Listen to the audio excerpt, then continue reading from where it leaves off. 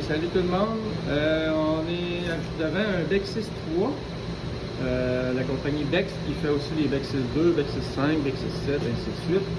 Je vous explique celui-là parce que premièrement c'est lui que j'ai dans la salle mécanique où je me trouve, puis deuxièmement c'est peut-être le plus répandu, le côté petite piscine de condo, piscine d'hôtel, ces affaires-là, petits jeux d'eau. Fait que le principe, dans le fond, c'est que l'eau circule en continu dans une cellule d'échantillonnage qui est ici.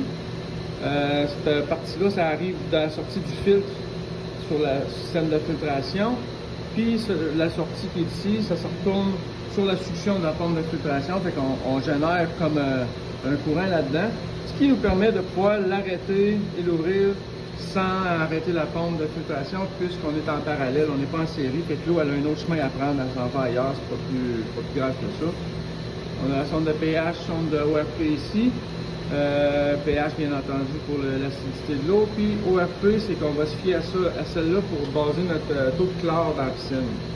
C'est comme une façon dérivée de le faire qui fonctionne très bien. Puisqu'on n'a pas de sonde de chlore libre ici. Bien souvent, les Bexis 3 viennent avec une sonde de chlore libre aussi. Là, ça dépend de ce que le client avait commandé au moment de l'achat. Fait que l'eau rentre ici. Vous voyez ici, il y a une flèche. À l'intérieur de ça, il y a une flow switch. C'est comme deux palettes qui se touchent ensemble. Fait que s'il n'y a pas de circulation d'eau qui passe ici, mettons que j'oublie ma valve fermée, soit elle ou elle, ou que la pompe de filtration serait arrêtée, ben, vu qu'il n'y aurait pas d'eau qui circule, le contrôleur se mettrait en alarme. Là, il est en alarme pour une autre raison, je vais vous expliquer ça tantôt. Mais il se mettrait en alarme parce qu'il n'y aurait pas de débit. D'ailleurs, si je le provoque, on va voir, suite à l'autre alarme que je veux, No Flow Alarm. Là, il est en anglais, parce que je le comprends mieux de même. On peut le mettre en français, on va le faire tout à l'heure. Fait que là, je viens de générer un No Flow Alarm. Puis, vous avez vu avec la rechange, là, l'écran tourne tout le temps. Il va revenir. On a vu un 5 minutes feed delay. Ça veut dire que lui, il ne générera pas de chlore ou de pH, s'il y en a besoin, bien sûr, tant que ça ne fera pas 5 minutes que l'eau a commencé à recirculer là-dedans. Pourquoi? Parce que lui, il ne sait pas ça fait combien de temps qu'on a arrêté, que l'eau a arrêté de circuler là-dedans. Donc, on a eu de l'eau stagnante pendant quelques minutes, quelques secondes ou quelques heures. Il ne sait pas. Fait qu'il ne prend pas de chance. Il veut être sûr que l'eau soit bien mélangée. Parce que ça arrive des situations que, hop, on repart notre système. Pendant ce temps-là, le chlore est descendu dans l'eau stagnante. Vu que l'eau ne circule pas, les données sont erronées.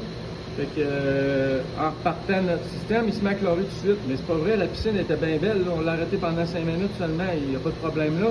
Mais lui, il ne sait pas. Fait que c'est comme une manière de prévenir ces petits problèmes-là.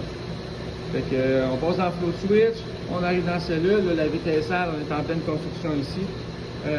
L'eau est propre à l'intérieur, au moins. Ce qui est le fun, c'est qu'on peut aussi prendre nos tests d'eau par ici. C'est une petite valve, on tourne, puis hop, vous voyez? Fait qu'on peut venir prendre un échantillon d'eau sans aller déranger les baigneurs. On peut faire ça pendant les heures d'ouverture de la piscine ou du spa. Puis on ne vient pas déranger les utilisateurs.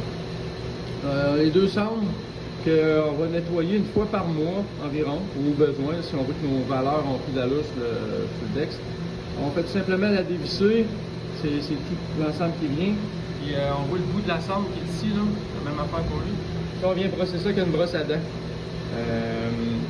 On a aussi des petits caps qu'on peut garder, certaines piscines qui sont à l'extérieur, qui ont des petites cabanes pas chauffées, des fois comme salle mécanique, on va pouvoir mettre un liquide de remisage là-dedans, visser la sonde, enlever ça de là, mettre la sonde dedans, puis ranger un endroit tempéré pour pas que ça gèle en hiver. Fait que c'est pas plus compliqué que ça la mécanique de ça. Ce qui est plus compliqué quand on n'est pas habitué, c'est toutes les petites options qu'il y a là-dedans. On va faire le tour de tout ça ensemble. On va faire ça dans une autre vidéo. Fait que, on va revenir avec la suite.